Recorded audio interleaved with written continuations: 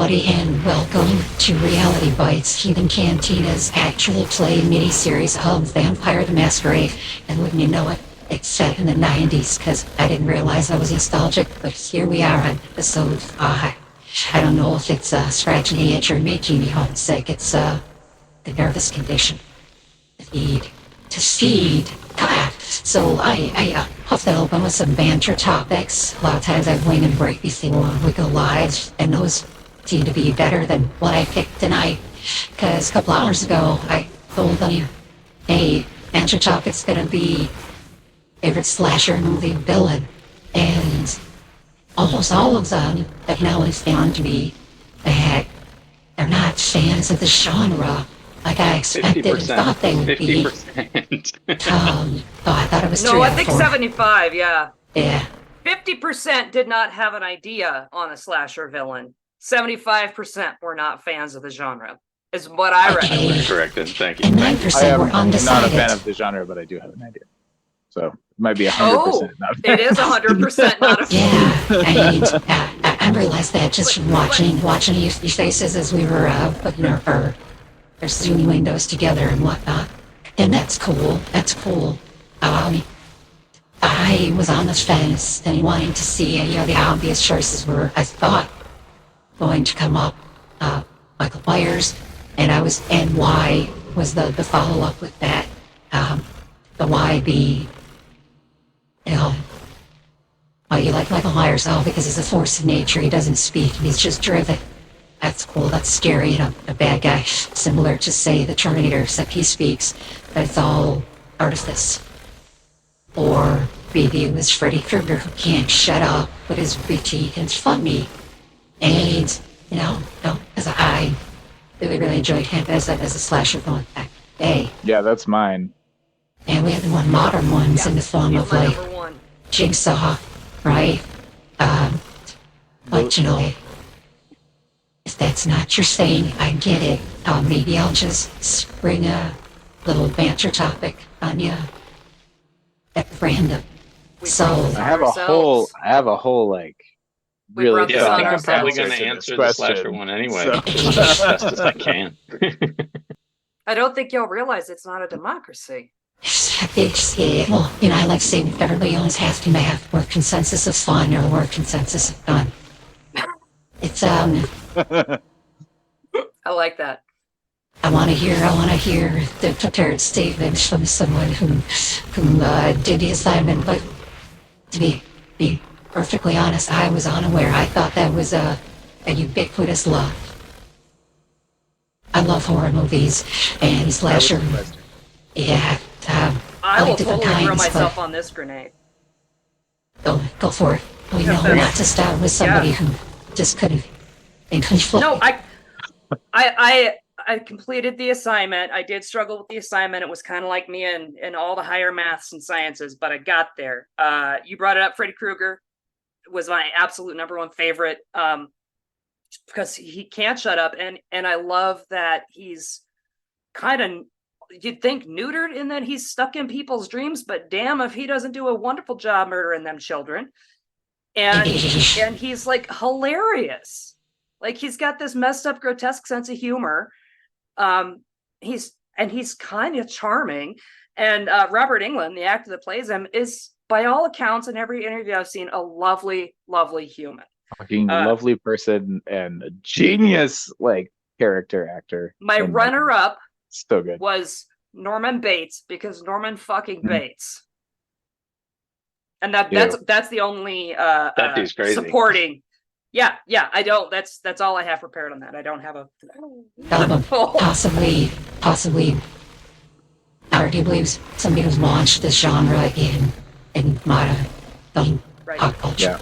Yeah. And I mean, that it's still terrifying now. If you go back and watch, Absolutely. right? Yeah. It hasn't lost its sheen. There's history, there's approaches there, and there's such good cinematography, and there's so much done so right. You don't need rubber monsters or amazing CGI or whatever. Absolutely. kick your victims. I was gonna say, you want me to have to kick follow it? that. I gotta kick Yeah, it, Kelly. yeah. And Yeah. We're doing the same. We're doing the same, dude. How can you not? Freddy Krueger, of course. Duh, idiots. My God. Okay, so here's the thing. I'm like, I don't even know. I'm in middle school. My mom works full time. My dad works full time. I'm going to school, actually elementary school, like late, in like 30 miles away from where I live, and like get off of school, go hang out with my grandma. My second cousin lives next door. He's agoraphobic, and his entire house that he inherited from his mom is just VHS tapes. It's like just a library downstairs. Like the whole downstairs is just like a maze of VHS tapes. And for some reason, I This very already quickly, sounds like a slasher movie. yeah. Well, it's not. He was great, but he had no like. He's not. He was not really like an adult. He was definitely an adult age wise, but like mentally. And so anything I wanted to watch, we would go through the Rolodex or whatever and like find it. And I became obsessed with Freddy Krueger because I have sleep paralysis literally is a thing that happens to me all the fucking time. And night terrors. It was way worse when I was younger. And so I watched all of those movies, like way too early, all of the Freddy Krueger movies, and I'm never going back. Definitely favorite slasher. I like the camp and the ridiculous, ridiculous, like comedy of all of the Nightmare on Elm Street movies, and could take or leave Johnny Depp in the first one. But anyway, that's where I'm at. I'm on Team Freddy. Is Tommy gonna get killed in a waterbed while watching TV? I want Hell yeah. Johnny Depp in a cutoff t-shirt to be there. Oh, young Johnny Depp in a car. it was the insane amount of blood too. Just the shock value of that. It was Ridiculous. absurd. And then- No, I mean it was. Bikini attaining amount of blood. It was. No, I mean Really? it was as over the top camp with that. I feel like as the second Yeah, Evil Dead. yeah. It's just a like Yeah. what? Oh, Yeah, I'm so, terrible. I like all of them. They get worse and then they get better, and then I like all. I really like Dream Warriors. That was my favorite. That's for my a long favorite. time. That's my favorite. Yeah, They actually got me through some shit as a youngin' who was. I found the characters in trying that to- one a little more relatable than the other ones. Yeah. Mhm. I didn't relate to Nancy, except Yeah, fuck Nancy. caffeine to get through the in terms with. But y'all wanna jump on that or Oh Go for yeah, it. Nick, go Nick's for it. ready. Yeah, so I'm gonna say favorite slasher. This is more slasher adjacent than slasher specific, but Patrick Bateman, American Psycho, is my favorite slasher. Only because it is a kind of a slasher film, but it's also a nihilistic critique on capitalism, masculinity, like vanity, all of it. So 80s. yeah, the Conspicuous 80s, consumption. 80s, early 90s. It also is, the book's written by Bret Easton Ellis, and Patrick Bateman is the brother of Sean Bateman from Rules of Attraction, which is one of my favorite Mhm. books ever. And I love when there's like connections like Attraction that is a in good book. literary worlds. But I have to say American Psycho. And it kind of comes off as, I mean, the book I think might even so be much worse. So much worse. crazy, more gorier, but the way they packaged it and kind of made it seem like the movie version, at least, that like you're in the head of one of these slashers, it was pretty interesting as well. As I a actually slasher like- movie. The book is great, but I actually like the movie better, and Yeah. not because of like editing out all of the horribleness, just because it was so tight. Yeah, Like yeah, that yeah. film. I mean, I saw it at Sundance, and I've been a fan of it forever. But I thought about doing that, but I'm playing Beckett and being pretentious all the time, so I'm going classic today. The Solid book, stuff. the book flops back and forth between really jarring sudden bursts of violence well described and a cataloging of product and their uses, drugs and their dosage. It's trying to create that two hemispheres of the damaged mind as you read it and get that. At least that's how it came across. But I think the movie plans that better. Mm. You know, like the and the I'll movie. agree. I'll agree. And I read the book twice like- and I don't like ever need to Alice. read it Totally again. agree.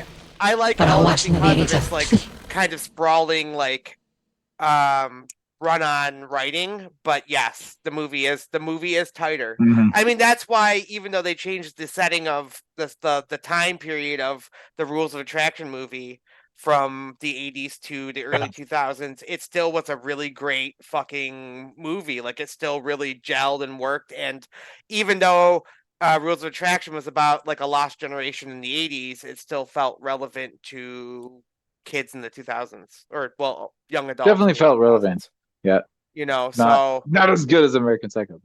no, Yeah. but yeah. So that is my American Psycho. That's my slasher movie. So good. Arthur, did you come up with anything?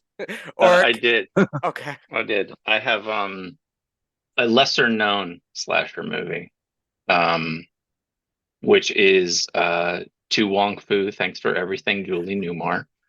And I'm going with Noxzema Jackson because that bitch was fucking vicious and had some life-ending burns in that movie. Just those people were not alive. love that movie. when Love she that was done movie. with them. Yeah. I do too. Yeah. Secondarily, following the Wesley Snipes rabbit hole. Secondary answer, Blade, for destroying all of those poor vampires who were just trying to get a bite to eat. There is a lot of on-screen slashing damage depicted. That is absolutely for sure. Yep. And Yeah. that is the best I got. Thank you for your time. At least 2d8 slashing damage per round. Now we're gonna get back to D&D before too long. So have that out of the way. And part of the reason I was asking is I noticed that why? Part of the reason I asked was I noticed the references have come up in other games I've been playing in the past few weeks, and I didn't know if it was a universal thing, and this being a horror game, I figured it was time to ask that question. We've had good banter topics before. And I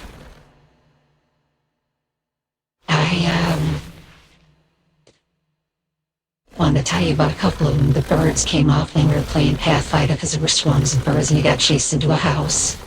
And I was like, oh wow, that was actually a bit scary. We leveled up on the house, it came out, the birds weren't so scary anyhow, we just destroyed them. And like, wound in hair. But anyway, it came up on a few others and I had that on the brain and back. So, the hell who wants to be Louis Blade and give us a cap of this product was so fun.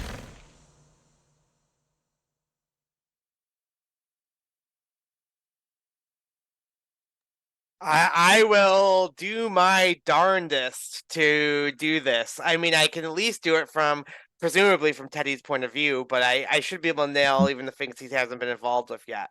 So starting, it really is multiple stories coming together of these vampires, young vampires mostly, in the city of Buffalo. Teddy was embraced and then shortly abandoned by his sire Lobo. He doesn't really know why. He's been warned via a message on his little cassette taking answering machine to watch his back. And he noticed that he has been watched by a hawk, a bird of prey, a raptor, a osprey, maybe. And that was kind of an ominous moment early on. Teddy also is trying to make his like territory known in the city of Buffalo. He is now, after being embraced, a proud queer vampire, and he wants to protect the queer community. He doesn't like that the mafia has a grip on gay nightlife, which is for gay people like their for a lot of people their life is the nightlife. But he has made a offer or a deal with Salvatore Ventru and Mob Boss in the city. And It's just a capo. It's just a capo. a capo. Sorry, capo. And he's starting to also notice there's some sort of bestial attraction going on there as well that he necessarily isn't. He just is trying to figure out. Overall, there's Jane, the anarchist cookbook, riot girl, punk ass hacker, and Oh, she's being perfect. extorted by basically someone she thought was at least, I mean, a positive acquaintance, maybe, Mentor. in some. Yeah, mentor in an embezzling ring, and they're being watched by the FBI. Barbara is a overachieving med student who was just turned like weeks ago, just embraced weeks ago, wrestling with the undead condition, we'll say, as well as Still a got that new vampire smell. yeah, rather crazy rather well we haven't he's we'll just say her sire's a Malkavian and she's Malkavian, and that's a whole different Complicated. journey to go Complicated on as daddy a issues. vampire. And then there's Beckett, who's been asked by Prince Luca of Buffalo to be our like proxy or our mentor, our Mawa, mentor, wrangler, by the prince. Beckett is a Babysitter. Handler. yeah, Shepherd. handler, the oldest among us. The one they'll leave the cash for pizza with. Mhm. Yep. And Well, let's go they talk to the cops. run a super obscure and pretty esoteric media store, we'll call it. Media store. I mean, it's a record store, but like Don't you bring in DVD? Don't you bring in CD either? called the Oubliette, with Mhm. underground connections.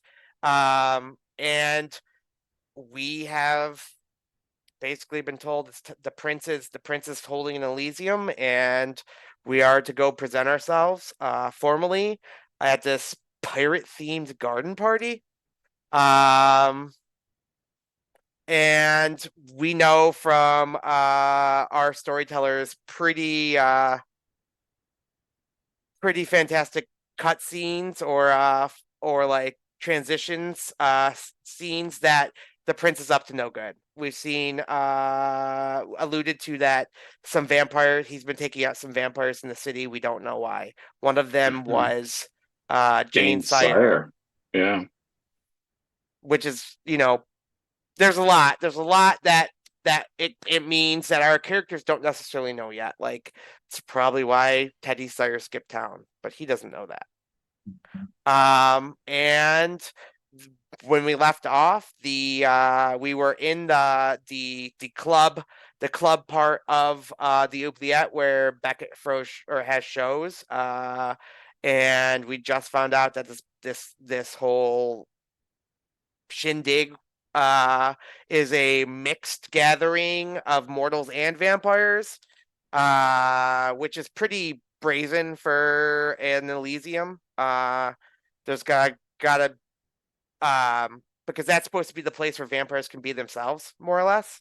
Right. And it's like It's, almost a suspicious breach. too. Yeah, it's kind of suspicious, and it's pirate themed, which is like, Funny. yeah, which is corny. Yeah, which is corny. And that's where we left off. And it was like a month out from then. There. Well done. Right.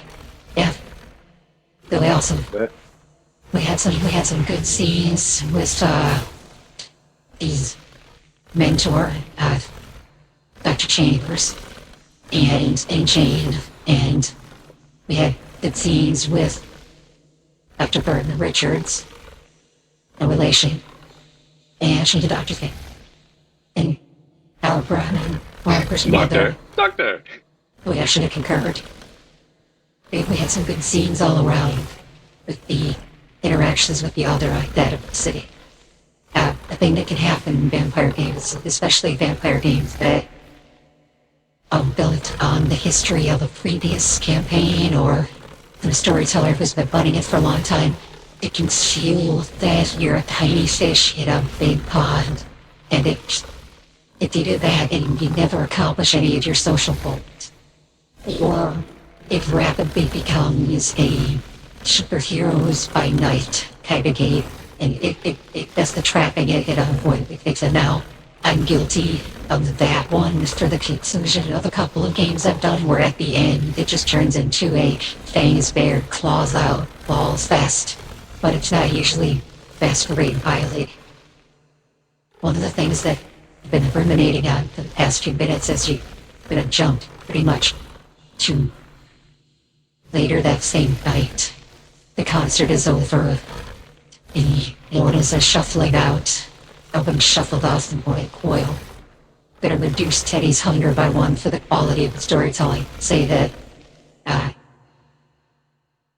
that somebody got a little handsy and tried to go after members of the band, and you escorted them out the back door and bumped their favorite head against the wall and took a little nibble.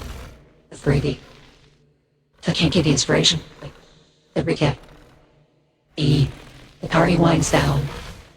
I think you're probably aware that the talk proceeding was done discreetly on your premise. But yep. I think I already won for this party if I understood the conversation last time in character was to deal with the Fed's investigation of Dr. Chambers and Benworth, and to either clear the name of Jane doesn't really have a name that's trackable, to take the spotlight off of Jane and possibly, he had a lot of options on the table. He talked about involving Bob, he talked about, maybe going outside and there's some hacking or turning over evidence. Gene, you had a few options. I don't think you decided. I think the overarching goal was that it's to screw over this mortal embezzling a shit ton of money. It's not that she's embezzling money. It's that she's trying to pin it on Jane. Jane probably would have been down if she had just brought her in. But leading with threats is a problem for Jane. That is not her preferred style of communication. And her normal response is to break somebody's nose when that happens. She managed not to do that because this was bigger. This was much bigger than that and scarier. And she was able to hold it together and not resort to violence because it might have made things worse in the moment. And there was a little time. There was time to be had, which she's been trying to figure out how to crack this ridiculously tight code that Dr. Chambers has that is siphoning money and putting it into a bank account. What she realized last session is that she doesn't actually have to do some magical masterstroke that flips the whole script and lets the feds know it's Dr. Chambers, or just takes all the money away from Dr. Chambers, and puts it somewhere else. All she actually has to do is buy some time, because Dr. Chambers has already threatened to leave town and pin it on Jane. And Dr. Chambers is also unaware of why her program is having some sort of low-level problems, which is why she even threatened Jane in the first place. She needed a fall guy, but she also needed help. And she kind of dangled that in front of Jane to give her the, like, maybe a false hope that she was going to get out of it. Like, if she helped, it would be okay, right? And then Dr. Chambers could just get away with it. But then the feds were in the room. And that's just not, Jane has no belief that that is actually what's going to happen anymore. So all she's trying to do to start is to reintroduce a few low-level problems that cause enough trouble with the scheme that Dr. Chambers can't just bounce. She can't just leave town. And I'm thinking it's something along the lines of the number of transactions that go into the bank account, right? Maybe it starts to split individual deposits into 3 or 5 or 10 a piece, so that the account suddenly becomes more interesting than it was previously, and maybe gets frozen or something. There's some automatic process that happens that can make it inaccessible. So she can't just leave town with her $1.6 million. Who else are you reaching out to in the Well, party? Weren't there some resources that they could bring to bear? There were some other resources available. None of them are ideal. It's vampires, so they are all tainted. Our friendly neighborhood closeted capo is a potential source of help. There is a cost to that, and owing the mafia is not ideal for anyone in this party. Teddy's already too tied up with them, and has no interest. He's expressed that he has no interest in getting deeper in the pocket. He wants to reverse that relationship.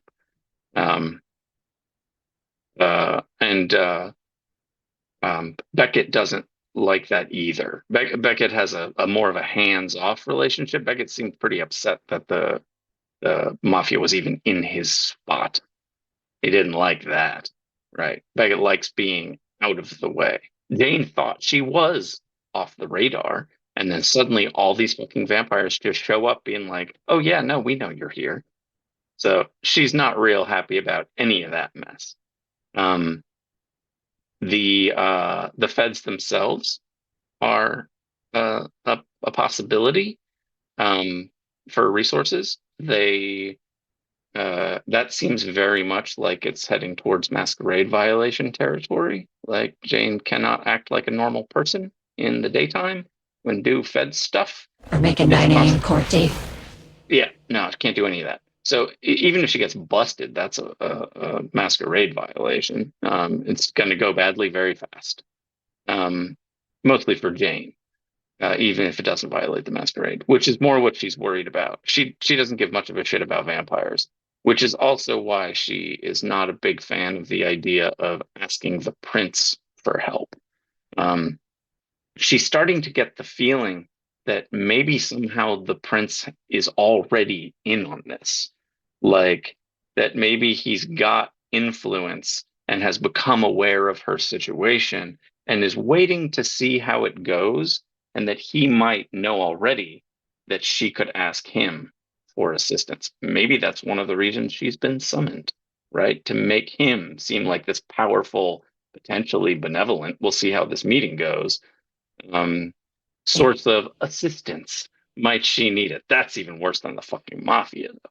Like, she wants to burn this shit to the ground. Like, fuck that dude. So none of these resources. Of course you do. The Bruja, baby. So there are potential sources of power. They're all kind of ugly. Like, none of them are very good. Jane also does have a friend in the diamond business. Shout out Louisville. She's got a new Nosferatu acquaintance, who seems quite friendly, which it's vampire, so that could mean a variety of things. But Jane also does have a dot in Anarchist Comrade, and I was curious if maybe he was that dot. No. Okay. That Okay. dot is probably somebody you should consider calling in a favor from, if anyone. Or if that sharing this confidence with them, maybe utilizing them to create distraction for your own escape. Not Yep. burn them. But No. Certainly not. somebody would be in a real house and would play to. I think and I think what that is either tailing the feds, because Jane now has a couple of license plate numbers and descriptions, as well as an IP address, because that's how she realized they were already in the know, was that they were tracking the traffic of the computer lab that Jane is the manager of. Congratulations on your promotion. Well, you know. Dr. Chambers is pretty hands off. So yeah, no, she's a student, but that's what she does. She runs that place. Either looking into those feds, but that's kind of hot, or putting a little bit of heat on Dr. Chambers herself, being extra spooky in Dr. Chambers' life to do added pressure along with the sudden problems that are going to be cropping up with Dr. Chambers' pet project. Just to get her a little more on edge and see if she snaps and does something a little crazy.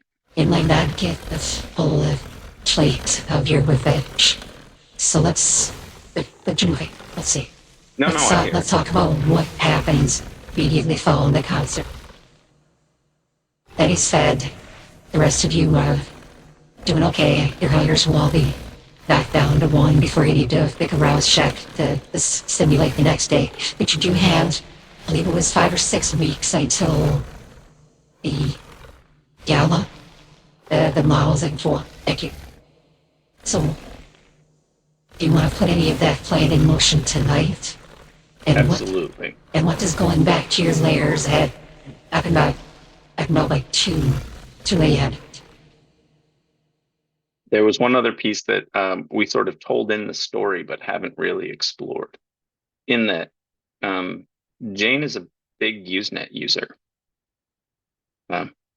alt/vampires are real/hacking is a joke, not joke Usenet that Jane is in, where a variety of online denizens, only a few of whom she knows who they are in real life, get together to talk about potentially nefarious, but mostly just interesting things you can do with codes and networks in 1995 and how that all works. And she has presented them with the problem in general terms and sort of reconstructed the sticky code situation that she is trying to untangle to find an exploit in Dr. Chambers' code. So she's sourced it a little bit. That's what brought her to the oubliette in the first place, because one of them was like, oh, I got a key piece of this, but I'm going to need something from you. This shit ain't free. And he knows that there is the shop called the oubliette in Buffalo, and that they are likely to have this thing that he wants, a specific record that he wants. And that's why Jane went to the oubliette in the first place. To highlight and dirty red clear vinyl Jimi Hendrix. There's a leave-out trade for you. There you go. Perfect. So that's why she came in the first place. What she found was much more, right? What she found was this crew willing to be supportive and helpful. That was more than she had before. So there's another group that you become aware of, Ace. 716, that's the area code, 716 Hunters. And they cling to that bagged pool in a suburb, 40 miles, 30, 40 miles, These are mortals. usually. They're hunters.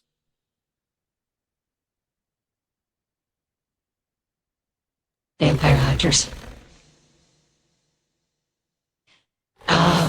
Playing song and dice rolls. Beckett, can you give me one that involves etiquette? That's not me saying it, keep your manners. But more as the night winds down and you're all left to your own devices and thoughts, schemes and layers.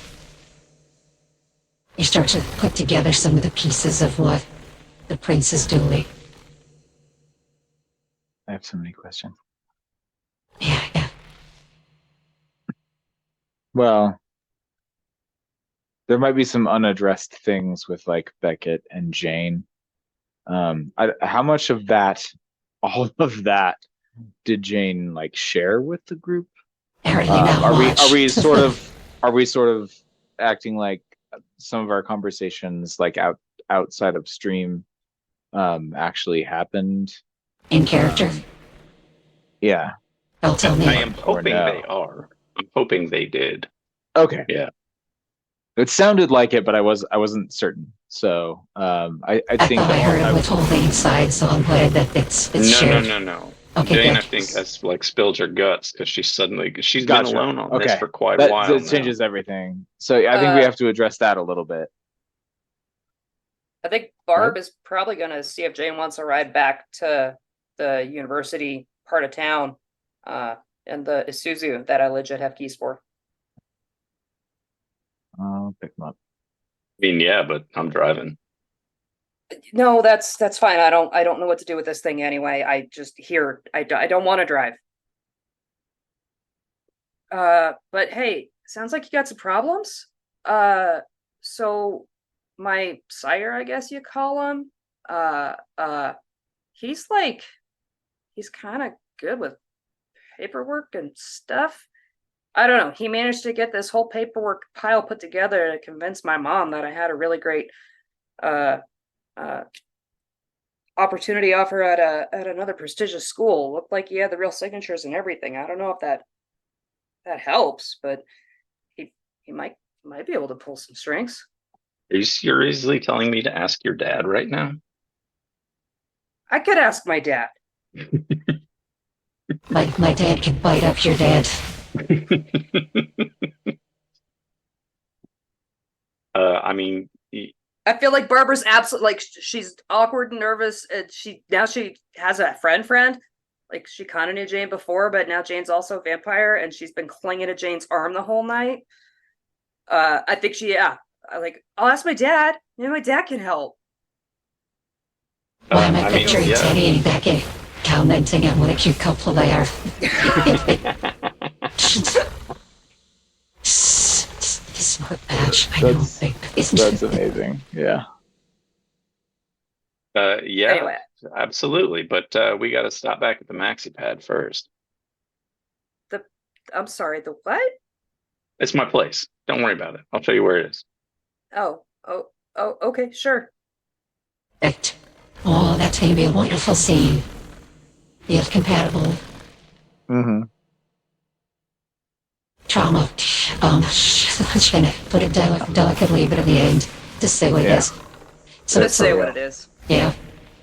Beckett, go ahead and hit me with an intelligence plus your edit. Yes. I'm still gonna say the thing that I was about to say. Oh yeah. I tried to stop that. I want to share No, more. that was me. I stole that. 'Cause I'll get out the way that- now. That was that we just downloaded a lot of information from Jane. And I'm gonna keep this super short and just it happened already. I think there is like the only thing I would add to that, like for Jane to take away from this is at some point I think Jane sees that like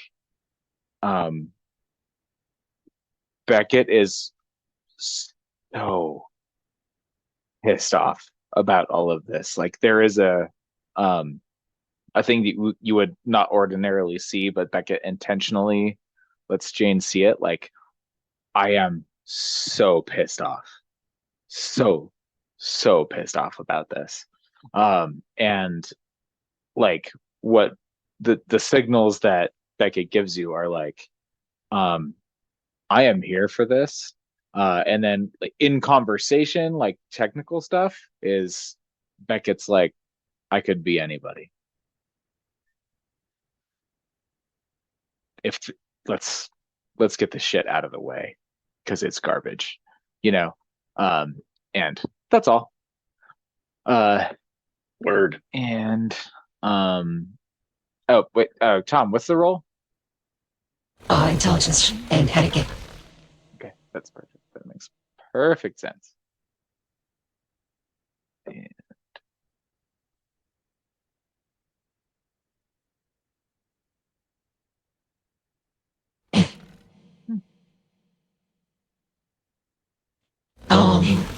Tell you what, I could see substituting a cost for etiquette in this as well.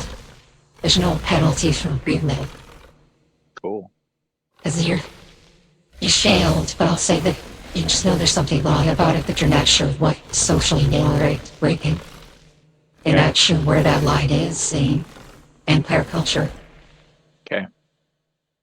But you do know, yes, that mixing Elysium with mortals is how this does. Yep. And And usually not all the mortals make it holy like they do.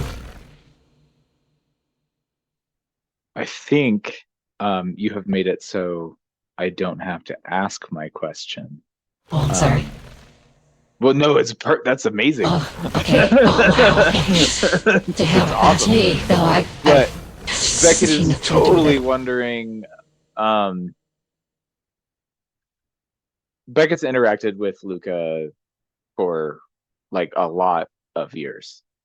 it. Small doses Beckett's been spread out Right. over 15 years. He's So One of them like, cousins yeah, you don't see real often. we've been and we've been playing it like, oh, you know, it's just Here we the go. cousin I can't stand, right? Is Beckett aware that there is? Does Beckett just legitimately think that Luca is a certain age? Is Beckett aware that there's some other shit going on that they want to stay away from? Or am I just playing this as Beckett wants to stay away from all of the drama anyway, so that's fine? Now there's some power about Luca that is not a result of their age or generation. They were very close to the Tremere upon taking the throne. And they took the throne because the previous prince abdicated and became a hermit. But they were very close to the Tremere when they took power. And now, 10 years later, the Tremere think of them as Southern Opera. They want nothing to do with it. And they hide out in the thaumaturgically boarded mansion. Strangely, about a mile from his place, but, you know, of course not that big. Okay. Oh, all it's a river. His allegiances have shifted. Something is Perfect. shifted. Yeah. Perfect. He's juicing. So the only thing that I will say is, in this time that we have in between now and Elysium, I think Beckett's not going to be shy with that information. I'm not going to bother talking to Barbara about it, but Beckett is going to share like these thoughts with Jane. Beckett's going to share these thoughts with Teddy, and Beckett is going to on or off screen, whatever, talk to the Tremere contact that they have, and try to like mine that little resource. because Beckett is starting to suspect that this is going to be, a little bit more than a meet and greet. Starting to suspect it's an adorable. Understandable. So, in character, do y'all agree like meet in a week? Or something like that? Less than a week, I think. But yeah, I don't know. Probably less than a week. Yeah, Okay. less than a Few week. days. I say a few days. Yeah. And yeah, I'm not saying I just have to be besties now. You gotta hang out all the time. This is the thing you do. Oh, it's you. well, Jane's in a desperate spot, so I think Beckett's going to randomly talk to Jane a lot during that time. Because Beckett wants to fix this and not come to the table. I think Yeah. Barbara is probably gonna want to talk to Jane just as besties now to learn stuff about how do vampires put in tampons, for instance. women things, that was Um, amazing. and probably You probably deserve talk inspiration for that shit. Yeah. to probably try Inspiration, to whatever the hell that talk is. to Teddy a little bit, because Jane kind of vouched for Teddy, and Teddy did seem like a generally could be a big scary guy, but not like he seemed chill as we were hanging out. And Jane vouched for him, so like to try to like ease into this whole get a little bit less, get some of that new vampire smell worn off, and get to know folks besides my wonderful and complicated Diddy. We could meet at the underground in a couple days. And that way the ladies know they won't be hit on by douchebags.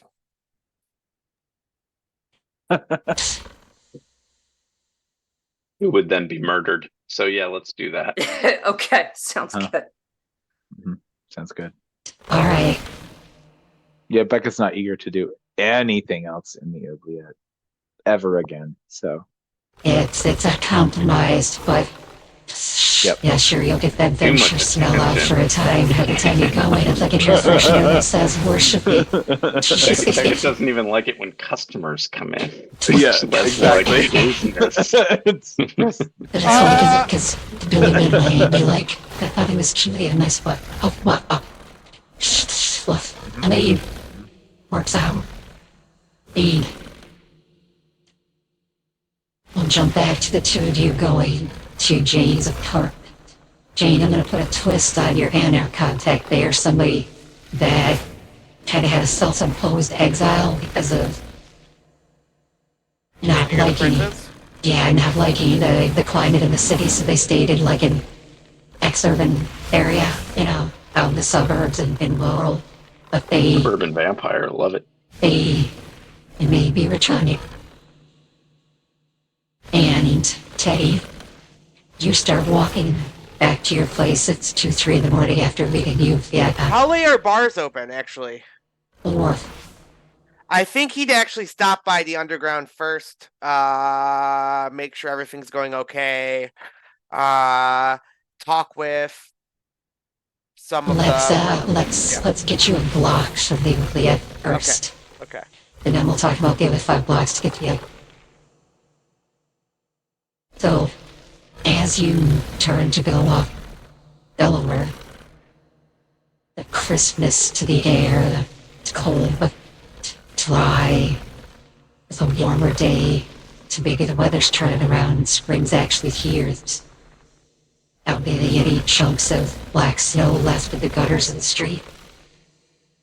And street lights have this hum. There's not really anybody out. You see a cab a couple blocks away, going crossways. Start walking the lane. A couple blocks, you'll see some people. You know that, but from where you're at, you don't see any dogs. They're still 5 blocks up. And she lights on up there. Can Our immediate sense is that they watched. Go ahead, ask your question. my question was, can my my ghoul familiar retainer be around. Yeah. Well, then And I imagine after a block or two away from the oubliette, just like a gray shadow, Grim comes out from an alleyway with a rat in its mouth and doesn't actually approach Teddy so much as just like follow Teddy himself. Like maybe the rats might be bigger than your cat. You might want to sell for explosive. okay. All right, fair. Well, we're not that close to the river. They're decent size. If the stairs fight grow exponentially powerful, they get. They have a rat, and they look up at the top of the 4-story brownstone that you're passing in front of. And by the alley, you see the fire escape. And you hear the slightest metallic sound of the hinged counterweight swinging recently used. Sometimes they do that.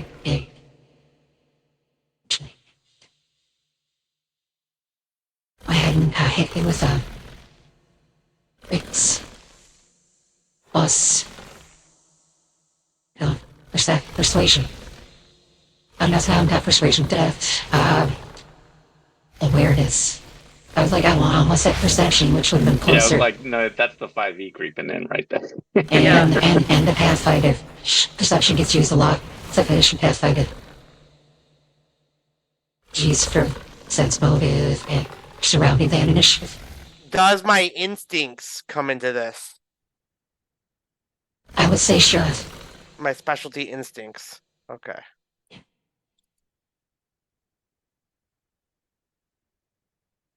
Oh, that's awesome. Yeah. They're definitely being followed, tracked from the rooftops. As you keep walking, because to suddenly stop, suspicious.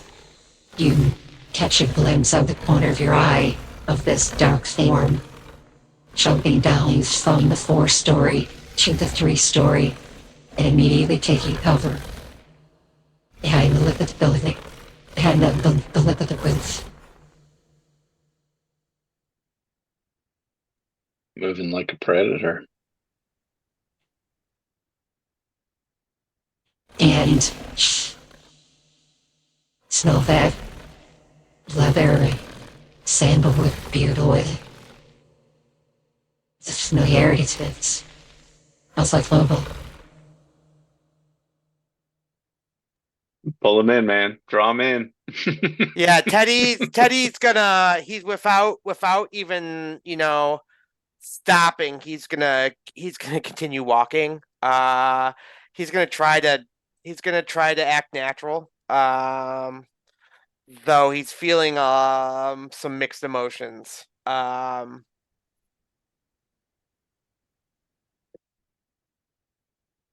They jump up to the next 4-story. It's 5, 3, they will 4.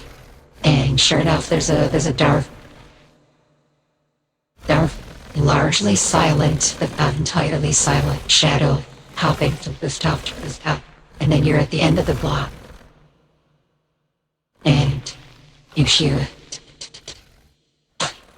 and they shove over the street to get ahead of you. And then the light changes. The walk sign comes on. And there's not a ton of traffic. You don't have to wait for the walk sign. If you want to say that you bolt ahead to keep pace or to get ahead of them, let me know. But it looks like they're getting ahead of you.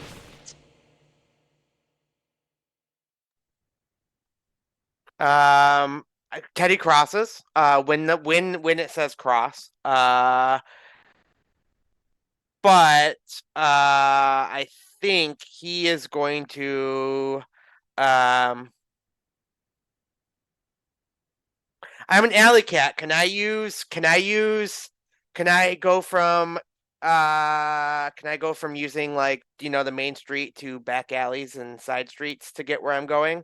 I think I dumped down the first alley in this case. This is an old bank that has been turned into a law office and has that old bank space so that you can't tunnel through one and the other. Like there's rules.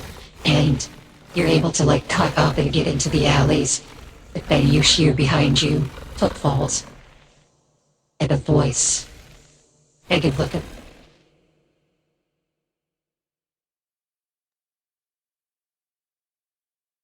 Turn around.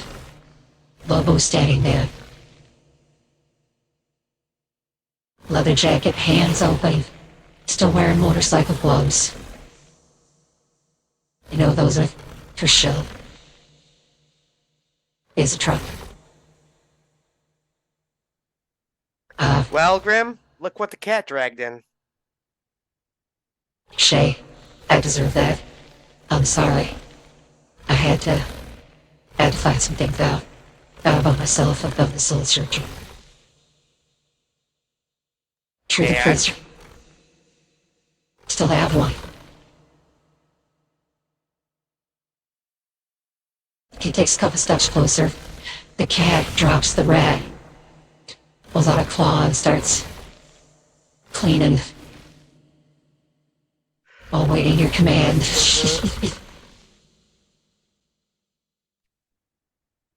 Teddy leans up against one of the walls of the building. Kinda ready to listen to Lobo explain himself. I sigh. It's a huge act. I gotta lead. Dad. Somebody has some information. More than the information they had. There's a truth in the blood. And words don't get in the way of. My sire was he was a trucker. A fully proud. A Ursula. And master of shape-shifting. And he hugged like you.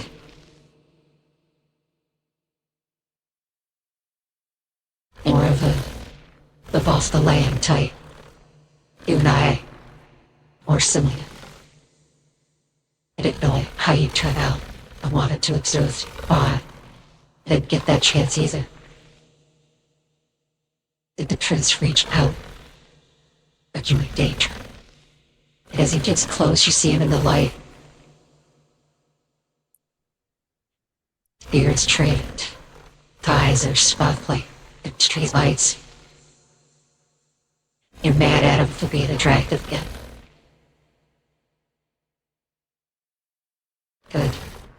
That's real. Hate it when they still look good, or better. Damn it.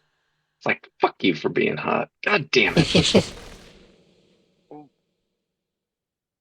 Luca asked the Toreador Beckett to be our handler. We're supposed to meet him at some pirate themed garden party.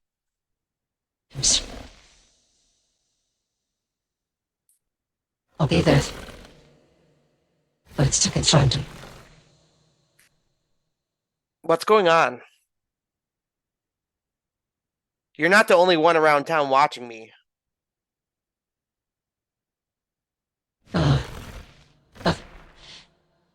Are you telling me there's some else?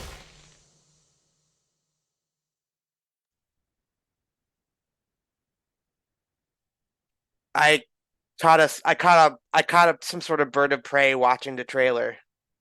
Has it happened more than once, Tom, or just that one night? Just that one night.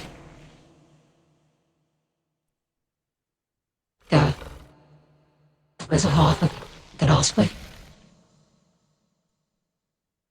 Yeah, I guess so. It was pretty close to sunrise, and I don't know a hawk from an osprey, but it was up there watching. That wasn't me. I like flying. The ground gauge pretty strong. It takes another step closer. You're about 10 feet apart at this point. Your cat stands up. stretches, ready to jump thick as need be. I don't have any right to you, and I haven't done right by you.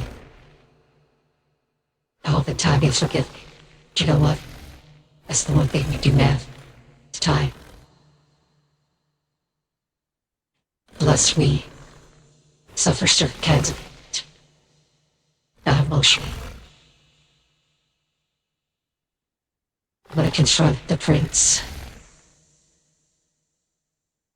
I suspect him high crimes.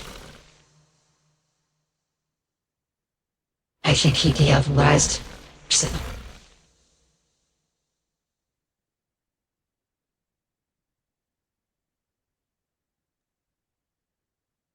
Non-vampire user. Can you explain what that means? It's when So- you drink another Vampire vampire's murder. vitae, and and kill then him. they're basically what's left animating their body, absorbing them, some of their Word. power, and sometimes Yep. lowering your He is generation. juicing. Yeah, he is juicing. He is juicing. Yeah, He's juicing. Yeah, when you said Vampire that, that's murder, what but you, it comes with a lot. yeah, and it's fair. It's not just frowned upon. It is the It's worst. taboo. It's punishable by final death, and it's the rest of the privileging, which means the council of those who have sired their own, and if the genitor privileging. Anyway, if the case can be presented, then they can actually depose the prince, exile, and it banishments of his name, but so too is the estate that upwards. So, what Lobo is telling you is he's willing to die for what he found out, and it would be a pretty good ploy. It would be a good excuse, is what you realize. Because if he's right, well shit, you can't stay mad at him forever. And that is serious, and it explains his absence. And he pulls out a blood-stained tank top t-shirt. Says, serve blood up.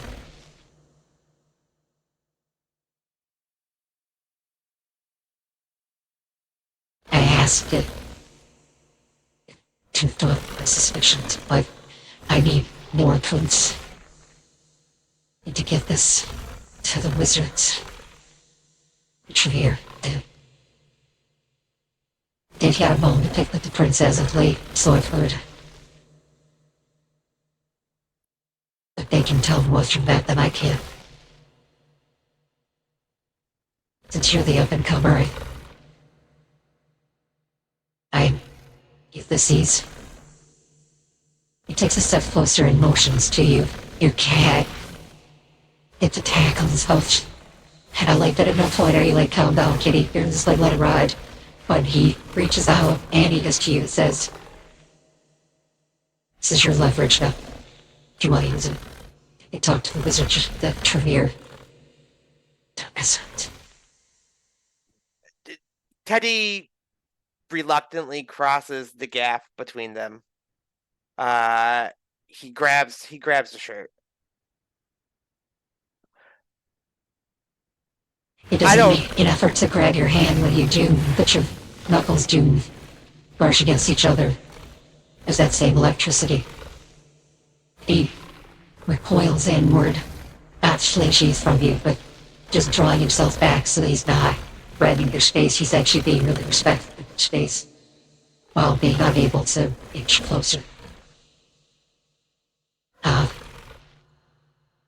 Maybe I'll see you in a couple of nights. I'm gonna check out the underground tomorrow if you're looking. I'm gonna stay away, say the word.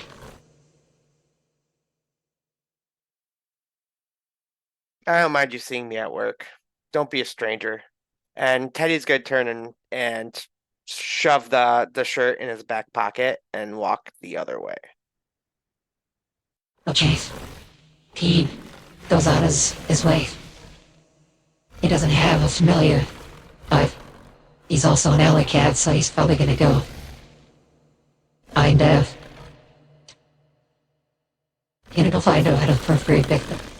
He ain't sense any hung high like that, but him to that hunger.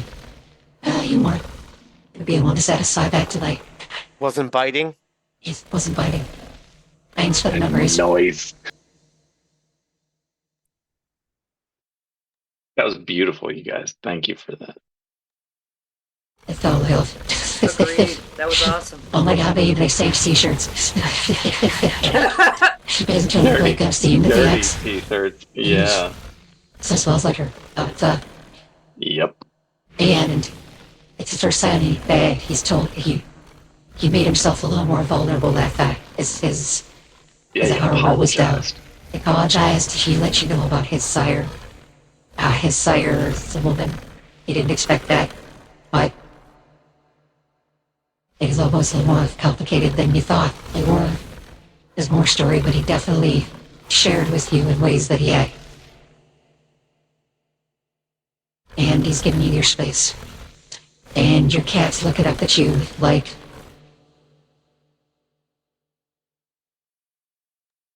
Cat's looking up like trust no bitch. Trust Yeah. no bitch. cat's got a tattooed on, trust no bitch. No, it's, cat doesn't talk, but due to you hear the, and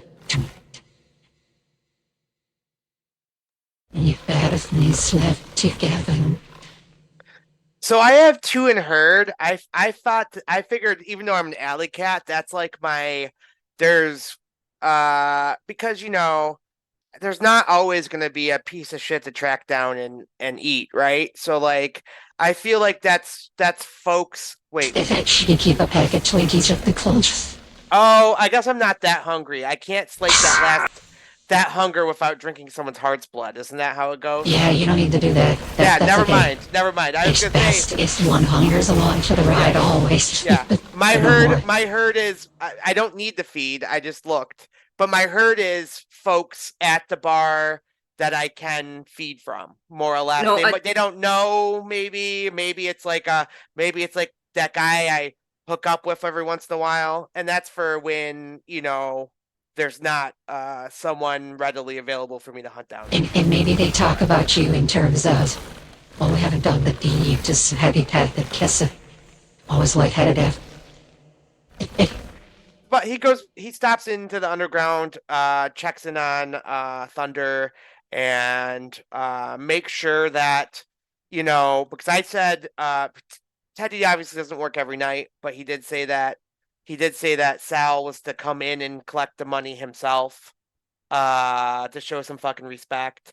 And so he's making sure that there's not been mafia rats sniffing around, etc. Thunder says, oh, yeah. Yeah. He came by, he was dressed out, he wasn't in a suit, he had a black t-shirt on. I completely missed him. And he said the cost was lower. The Donnie will be happy about that. Must have really made an impression. He's so deep in the closet that he's hiding Christmas presents. I'm not too sure on that one, but let's just say that I told him I would Bobby, your gator, fix up stealth bombers. Give yourself more credit. keep an eye on things, keep an eye on a couple things for him, and he offered to lighten his hold a bit. Oh, I need all the details. But I'm glad to hear you're getting some on the side. What happened to that lumberjack that was dealing with a couple months ago? I thought that was a sure thing. Nobody Out would of take it town, back. out of town logging job. Oh. There you go. Probably went back to his real family, if you know what I mean. And he kind of like Elvis her. Yeah.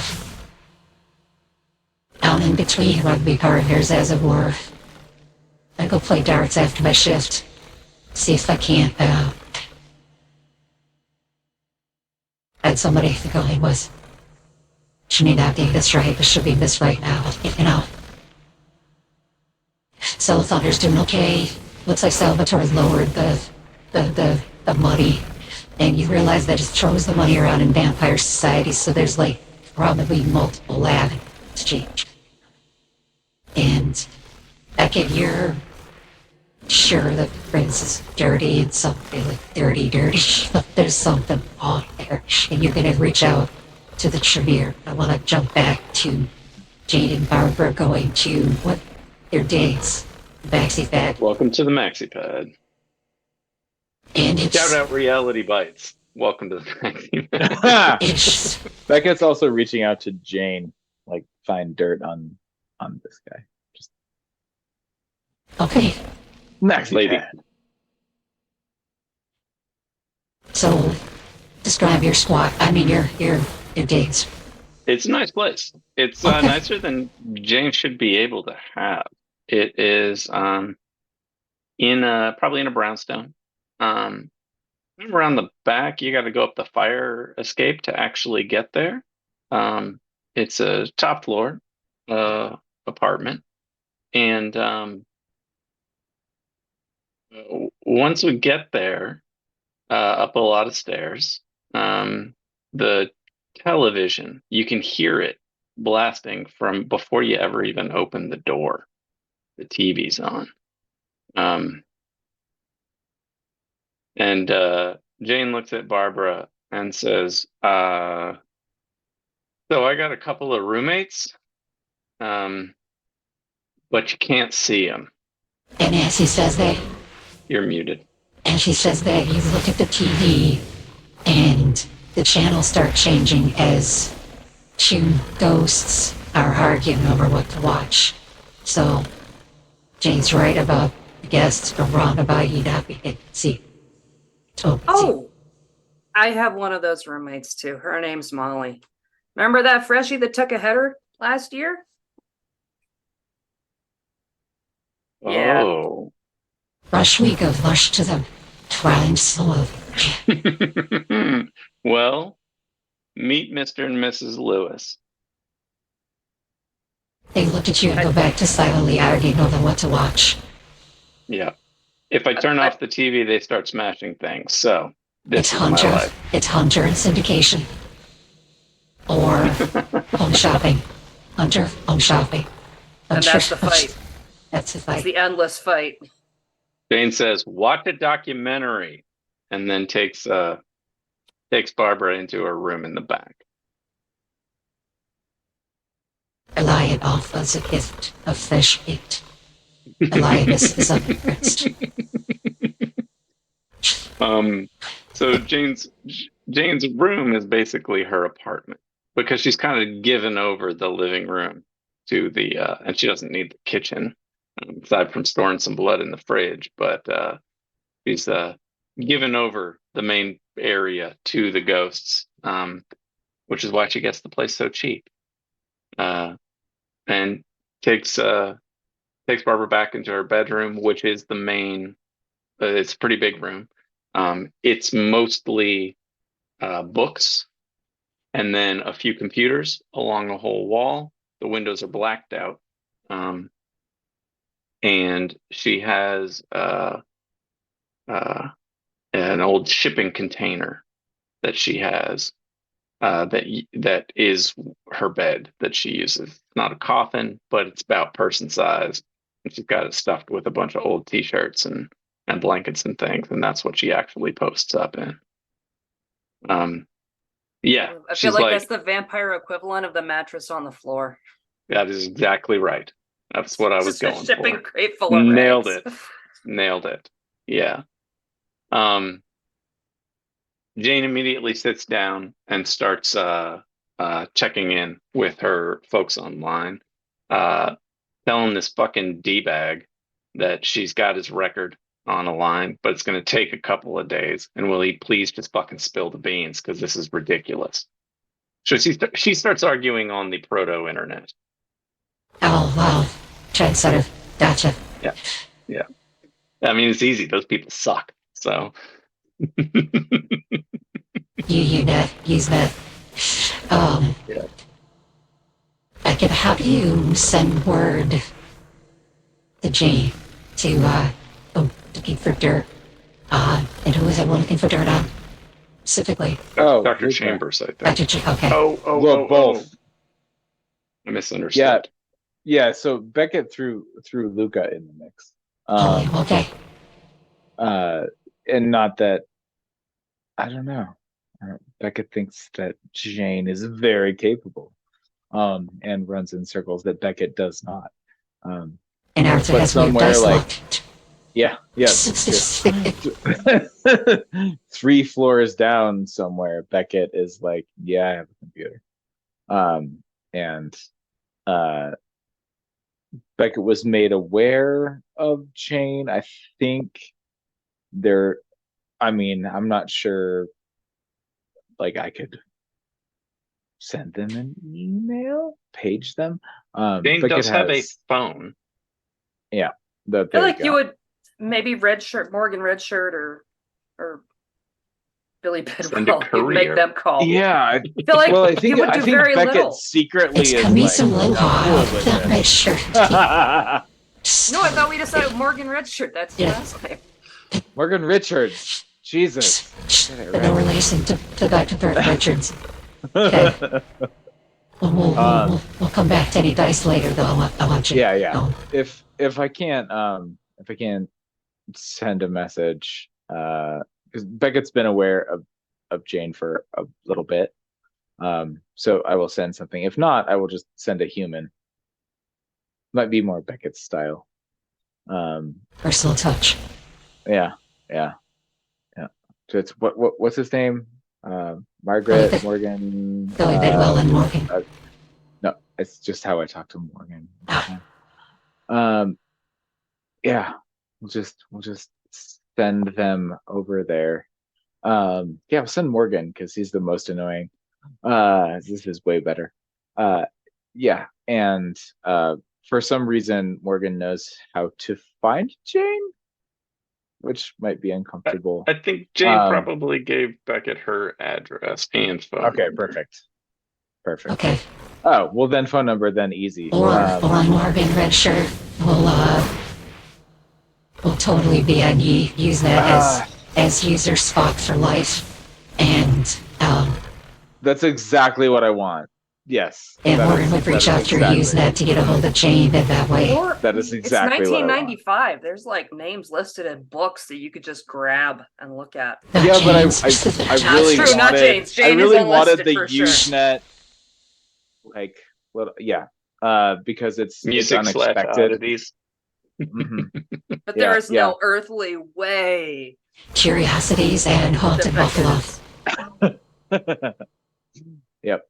So that's how Beckett's gonna reach out, and it's just there might be like a list of like look into this, and that, like things that Beckett thinks are related to Luca. It's not gonna be as simple as just like look into Luca, the Prince of the Vampires in Buffalo. And we are it's gonna also- be like, I've got a couple of little details here, like check this out. And you mentioned reaching out to the Tremere. Yep. Because Yeah, your that go guy. between Von Tassel has gone to Toronto and hasn't come back in 11 dates. Too long. So, when you want to reach out to the Tremere, sometimes they. Mhm. And the next Yeah, night Luca when is you rise, Absolutely making a power play. next night when you rise, there is a dead sparrow on the windowsill. It faves at office.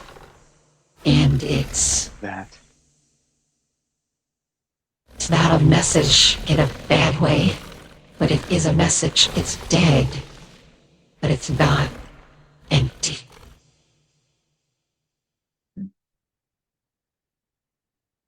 It's a spell. It's thaumaturgy. You give it a drop of blood. It will make a rouse check to breathe life into it. By blowing in its beak, it might sing a song. Yeah, Beckett Gives it a drop of blood. The beak starts furiously lapping it up before, and from there, then the eye lolls back into proper position. The feathers shift and shake as it reanimates. It stands up on the windowsill. Says, Avaricious wants a meeting. Interesting. Go to the witch's When? restaurant tonight. The witch's place. You know the place. I do. Ah, and thank you. Blood is much better than breath. And a sparrow flies away. The witch's restaurant is Sibley's. And it's as human living magic outside. A lot of the hollow ones, the pretenders to the magic gather there because gathering there on after High Holy Days is a good way to load up their particular need. We don't need to worry about the rules. There's some crossover between Urbina and Shabir, more of a peace accord, or if you want to think of it, it's like a couple of spies from opposite sides having dinner in a neutral town at a bar. Aloysius could beat you there, and you gotta go be one of the thing. And the living at Sibley's is a particularly effervescent neo-pagan Venn diagram crossing over with Gothic punk crowd. Okay. Just as much flannel as fishnet. Just as much Yeah. sundress as kilt. Perfect. Yeah. Because Worn that's not all that of it's like bad. just remember, I keep thinking describing other people, and I keep coming back to Val, Peggy's, Hey, you know, we write what we know. we sure do. We forget right. what we knew or know. But you were to meet Aloysius, and then you go inside, stirring a tiny coffee with an uneven skull in the throat. Is a pale, gracefully balding but still rocking the skullet, not attempting to hide the diminishing hairline, but maybe a better hair choice would be in order, and wearing a black turtleneck, black pants, and I say pants and woolen trousers, suspenders. They're dressing like other age. They have updated their look. You haven't seen Aloysius in some time. They look the same. Please, I can't sit. Our mutuals fan. And joining us as they did last time. We could order small plates and watch them eat. Adorable. Beckett sits. I know I've on Tassie. It's detained. Detained. Why? Its flesh, its living flesh, blood sustains and acts appetite. Since in jail, it's the saga. Enough about him. The prince has invited you to vouchsafe for some lost children. And as he smiles, his fangs got a double set, got one big set, smaller set with eye. A lot of his progeny have that too. And he has Feathley said to be from the wild tongue.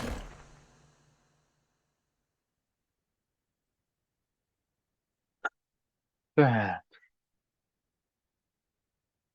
I think we need to share some information now. I don't have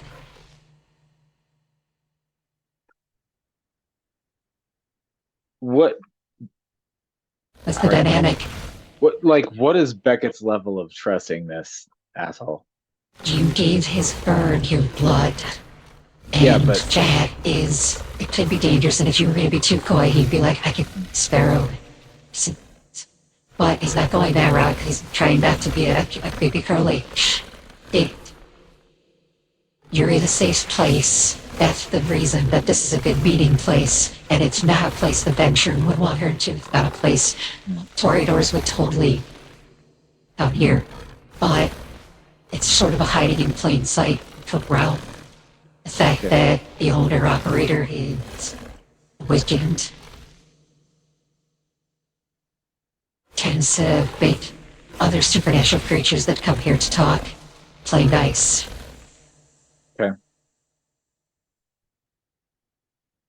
And I've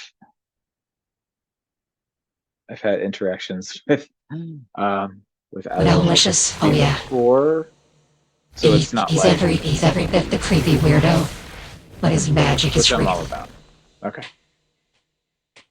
He's not a pretender, and about 6 months ago, there was a falling out that Tremere stopped answering the summit rings and it started boarding their house. So, he's not gonna, he's taking the risk being here too. Or at least the space between here and Got it. Tremere have a mansion full of blood magic that is largely unassailable because they're all there. And that is their safe place. So he's dead risking he's the elder Tremere. Got it. It was made in the 40s, I think. And I should have around that. Man, Beckett pulls weight. Yeah, Beckett's going out on a limb here. Let's talk about Luca.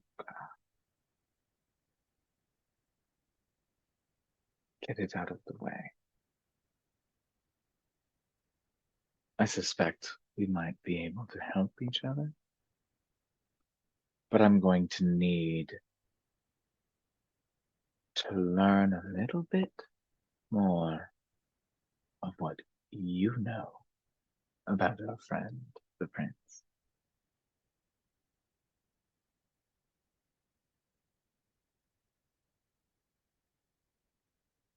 The Kiriko.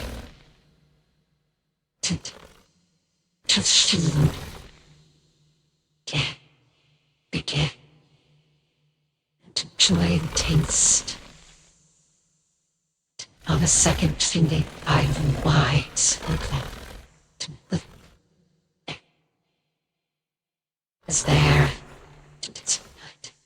carries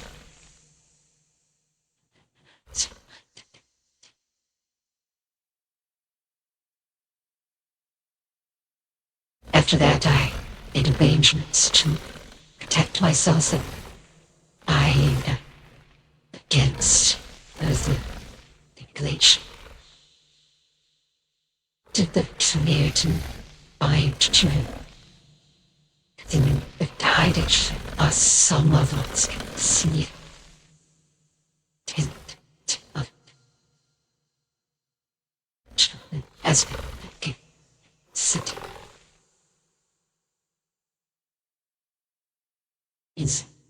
But he says we, he means the Royal League, like the Tremere, the 11 Tremere.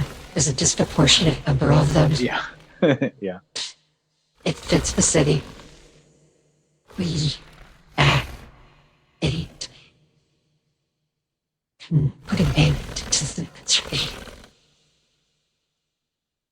And Islands is not our strongest suit.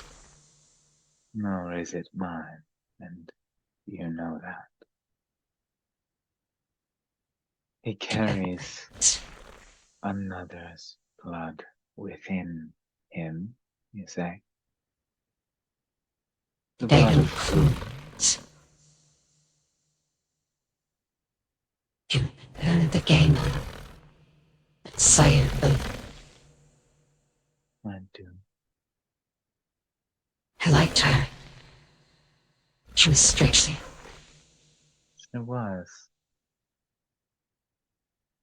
short conversations.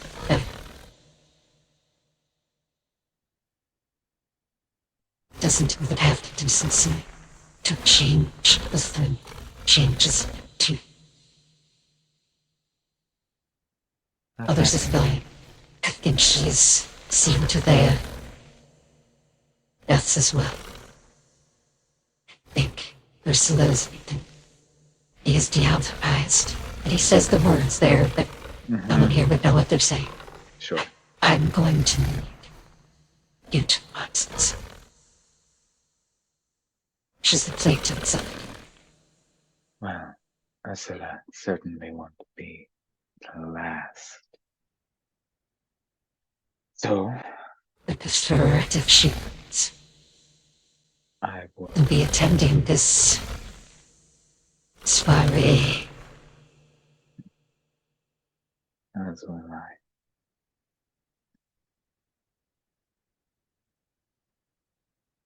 It is.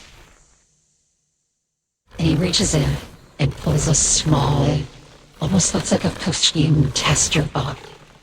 Mm. A very, very small, ornate as perfume bottle. The silver blood. You carry it. You can hide in amongst the kind attendants in the to Netflix. Absolutely. Will have power backing. Should you need it. Oh, How old is Luke? bring a real exactly? sword.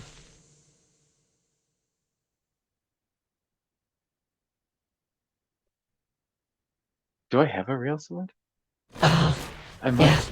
You have a cavalry I'm saber. sure you do. You have a cavalry I'm saber. sure you have three. I have. You Well, have a Union soldier cavalry saber.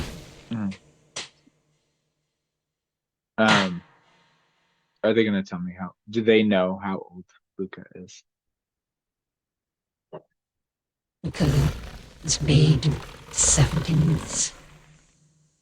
And we're in their 20s. Hmm. Curious how in just 6 years they were able to become prince and more powerful than they should be. Though they come back Deauthorized more than one. and no, that's all it takes. That we together can prove Is you're going to prove Luca's crimes, or to end Luca's life?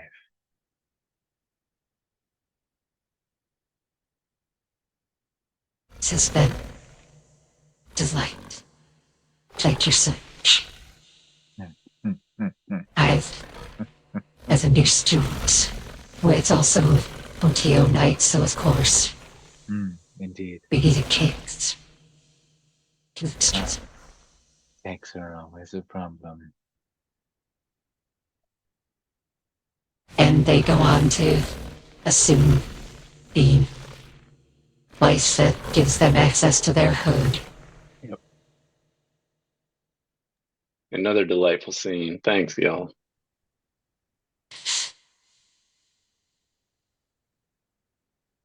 So, time passes. Make some noise.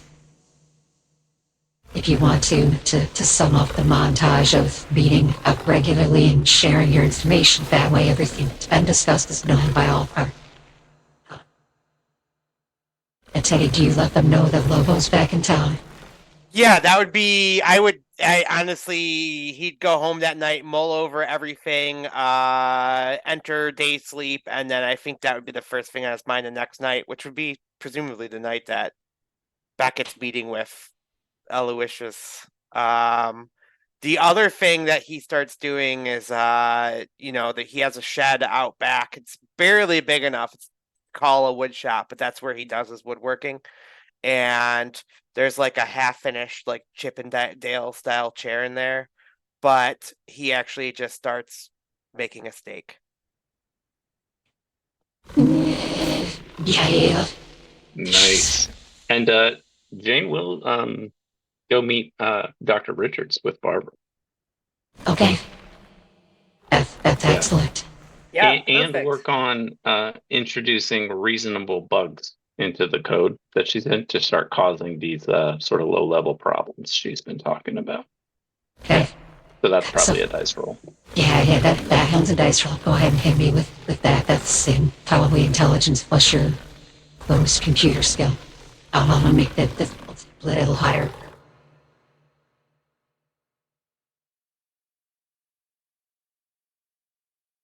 We're probably gonna end tonight with a setting of the scene, and then next episode, the handbasket will be thoroughly in motion.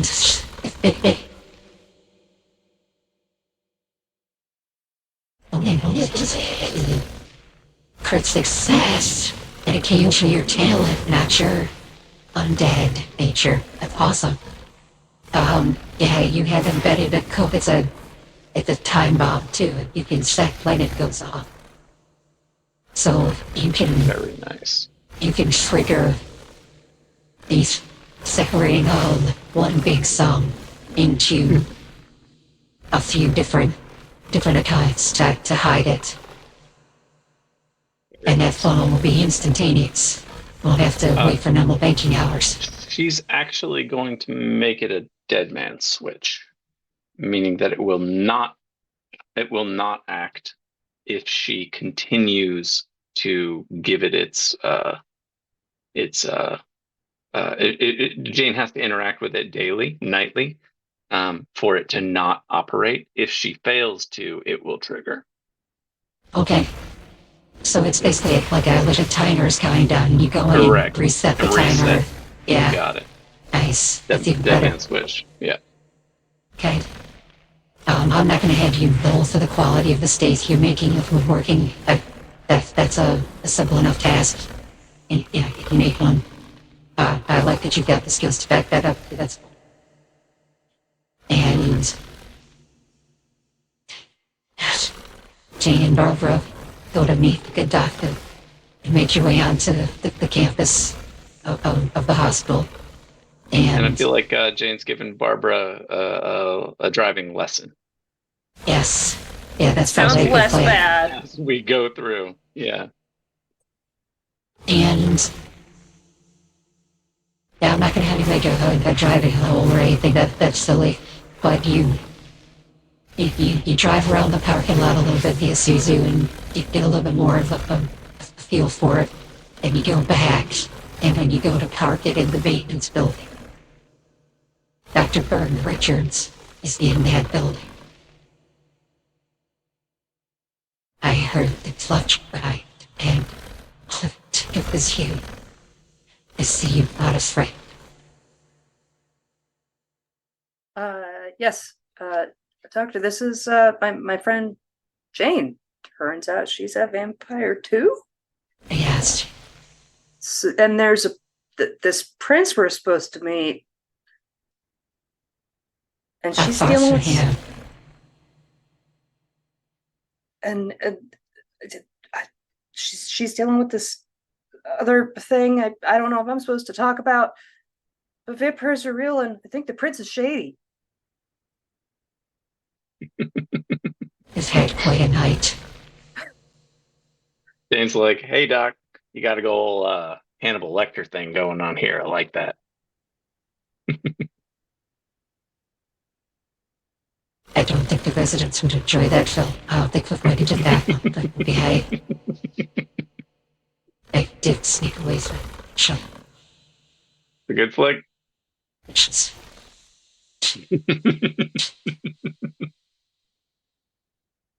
Maybe next time we can go together. All secret in the early 80s. Prince.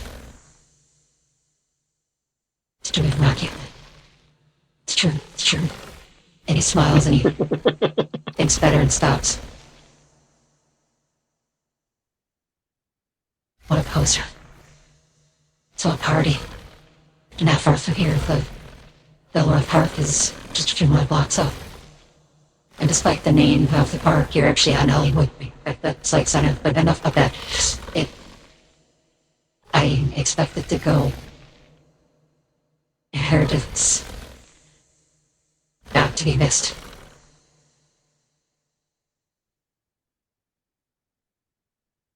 I don't think it.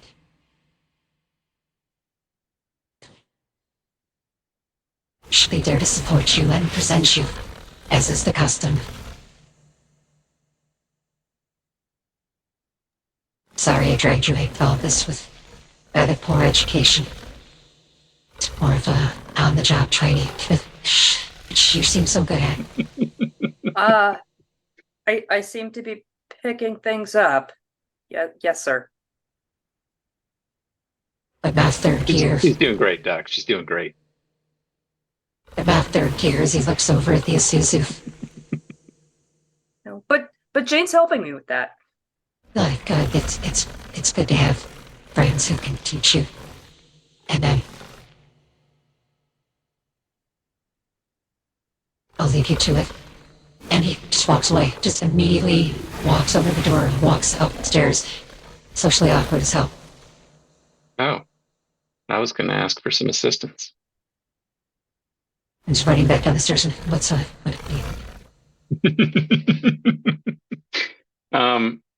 Is there somewhere private we can talk? It's not the motor pool, or is there nobody in here? Nobody will be here for some time. Okay. Jane proceeds to play out the situation with her advisor, Dr. Chambers, her blackmailer.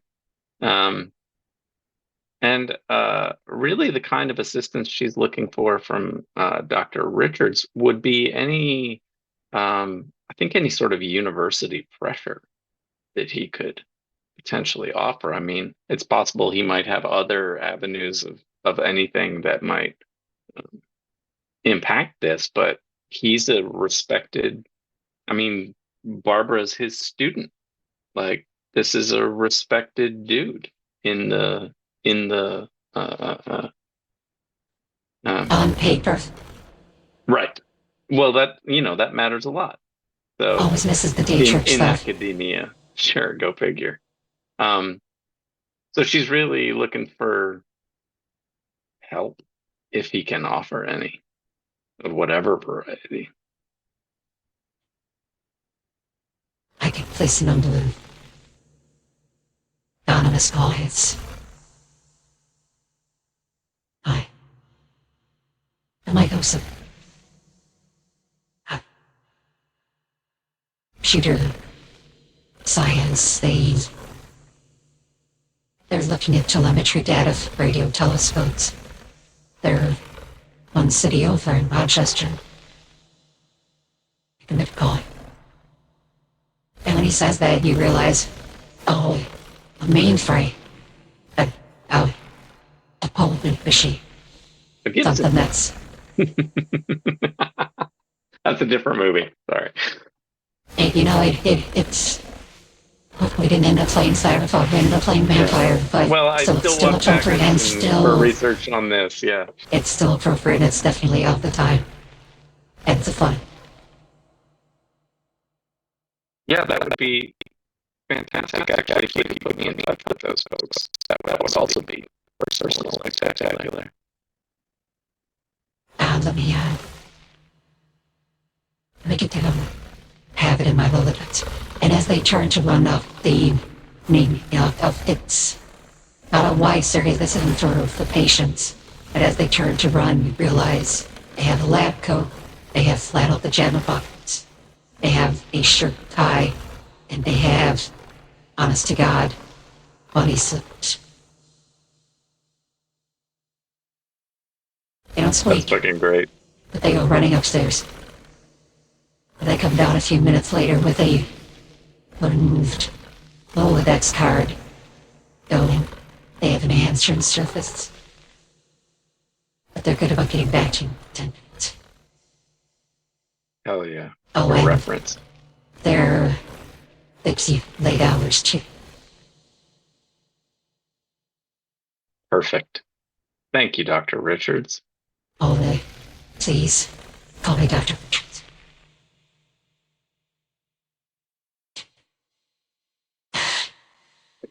Roger that, Dr. Richards. I bet you'd meet all of the other vampires of the party, but with one even before we took there. Sweet. That was a good scene. There's name of this tonight's got a collection of them. Make your way. Oh, go Crazy ahead. how it gets once we get all together finally. Right. Jazz, spirit fingers. This is jazz hands. This is spirit fingers. What's Fosse? Fosse has? Posse. That's- Should I hit? No, you Or can't you can do do Fosse, then no. Martha Graham, No. Martha Graham, Martha Graham. You don't want to know how many dance performances I had to work lights and sound on in high school. It was Okay. a lot. I don't know what I know what this much of it means, but mostly I didn't want to be there, but paid well. Thank you. I did some dance.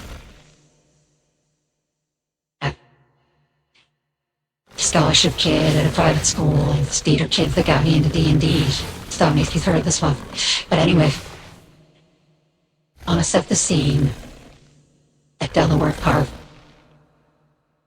or at the Rose Garden Gala, or the Owls and Harvest Fair this year is the pirate.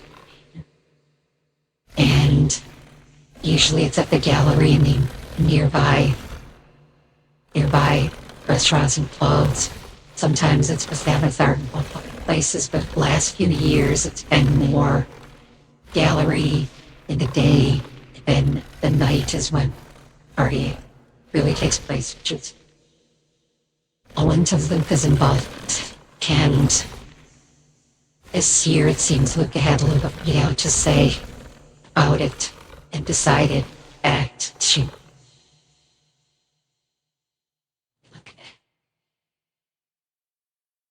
decided to basically avoid the agenda thing. Whether anybody wanted to or not. So the Rose Garden overlooks the back of the Albright Knox Art Gallery. So your view of the Albright Knox lit by moonlight is of the shadowy Greek temple. A lot of the neoclassical architecture of the museums. There's the Historical Society and the Albright Knox were built for the Pan-American Exposition in Buffalo. And they're among its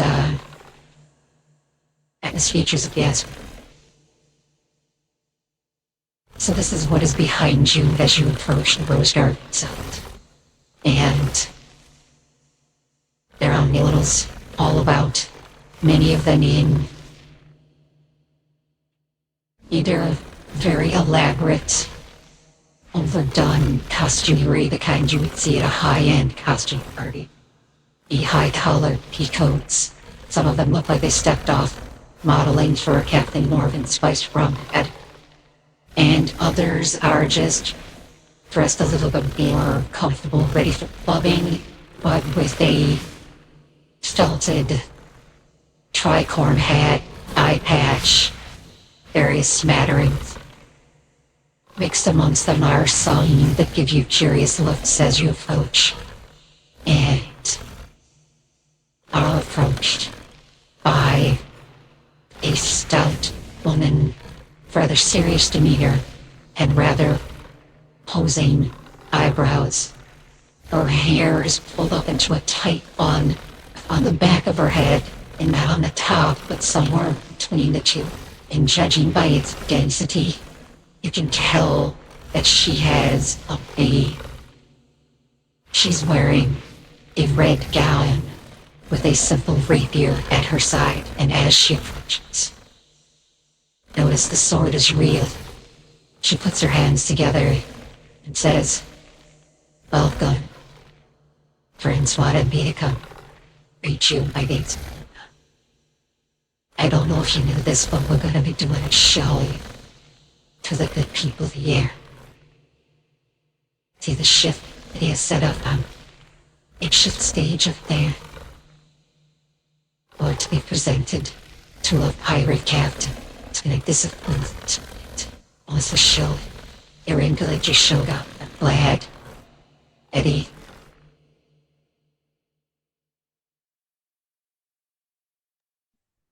Do I know Mona? You know Mona, but you don't know Mona well. Mona is not a henchman of France, but a member of the council. And you also know that they are Persia. They look right at Jane and say, Saya was my sister. Oops. And, Gavin's here. And Gavin is the name of your Anar contact who's been hiding in suburbs. I don't want to talk to you, but play nice as long as you can. I've got other people to see. Thank you. I'll get your name later. Kid. And Dean. She bows with a reverent and colloquial bow at Beckett. Then goes back into the crowd. And then you hear Zuka's voice rising above and silencing all the rest. Good people, thank you for coming to our display of piracy on parade, if you will. We are so glad to have such a great crowd. And I hear that we've raised the outset. So thank you. There's some applause. Tonight,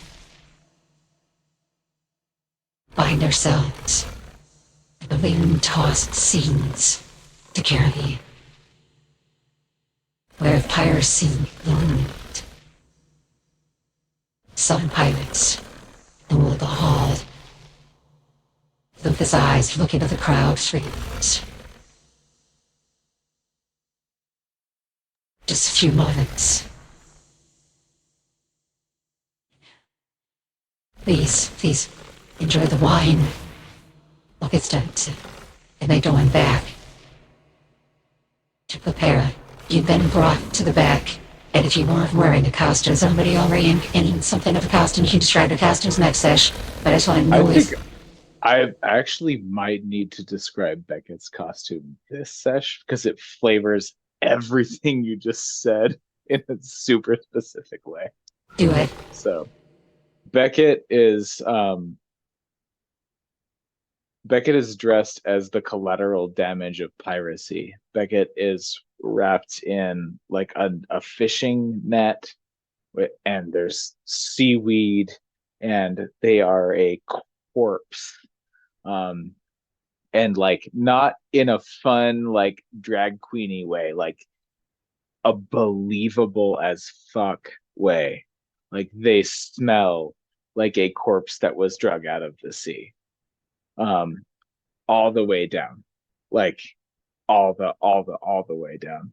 There's shit hanging off. So that's what Beckett is. And then there's the sword that we spoke about earlier.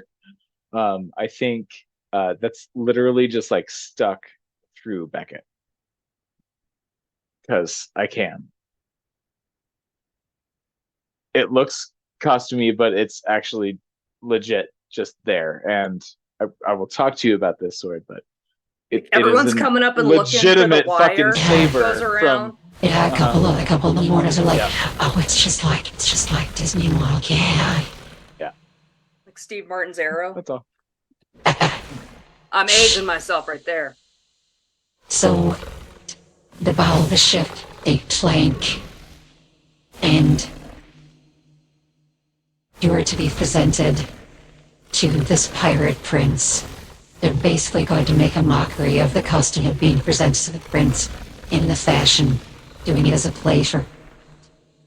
We'll see you next week. Do that. So, thank you, everybody, for joining us tonight.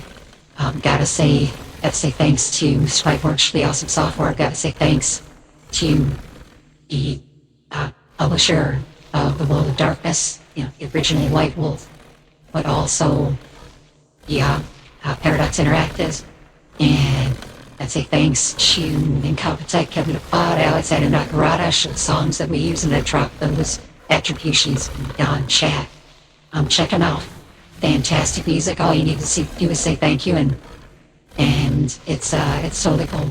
There's rules for it on their website. So, thank you, everybody. Thanks for joining us, and see you next week for the finale. Good night, everybody. Good night, everybody.